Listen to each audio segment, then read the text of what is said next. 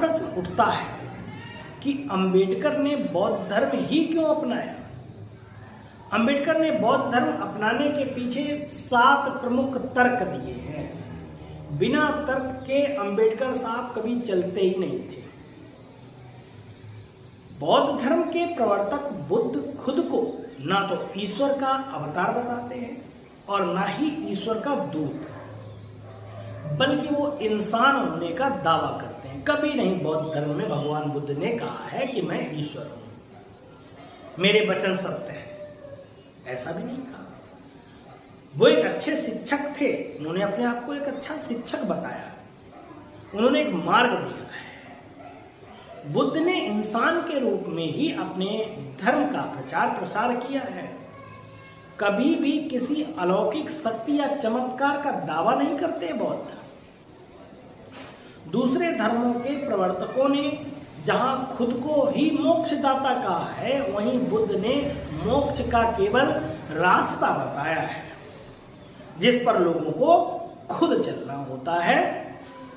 अन्य धर्मों की तुलना में बौद्ध धर्म ज्यादा तार्किक है। यहाँ भूतकाल यानी कि बीती हुई बातों या कर्मों का बोझ नहीं है। पहली बात, जरूरत के हिसाब से धर्म में बदलाव करने की भी गुंजाइश है और किसी और धर्म में ऐसा नहीं देखा जाता है, इसलिए बौद्ध धर्म को अपनाया। बौद्ध धर्म में महिलाओं की स्थिति भी अच्छी है, बेहतर थी, जो समानता का उदाहरण है। बुद्ध अपने संघ में स्त्रियों को जगह और भिक्षु बनने की भी इजाजत देते थे।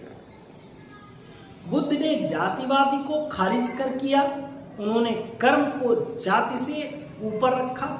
बुद्ध अपने साथ शूद्रों और दलितों को भी बिठाते थे, उन्हें धर्म और मोक्ष का मार्ग बतलाते थे। तो ये कुछ कारण थे, ये जो तर्क दिए हैं अंबेडकर साहब ने, इसलिए बौद्ध धर्म को अपनाया। अंबेडकर जी कहते हैं कि धर्म को विज्ञान और तर्क की कसौटी पर खरा उतरना चाहिए। धर्म को यदि वास्तव में कार्य करना है तो उसे बुद्धि या तर्क पर आधारित होना चाहिए, जिसका दूसरा नाम विज्ञान है। तो धर्म जरूरी है, लेकिन धर्म जो है वो तर्क के आधार पर हो, बुद्धि के आधार पर हो, उस धर्म को अपनाना चाहिए। धर्म का मतलब ही होता है धारण करना। धर्म का मतलब ही होता है जीवन जीने की शैली, जीवन जीने की कला।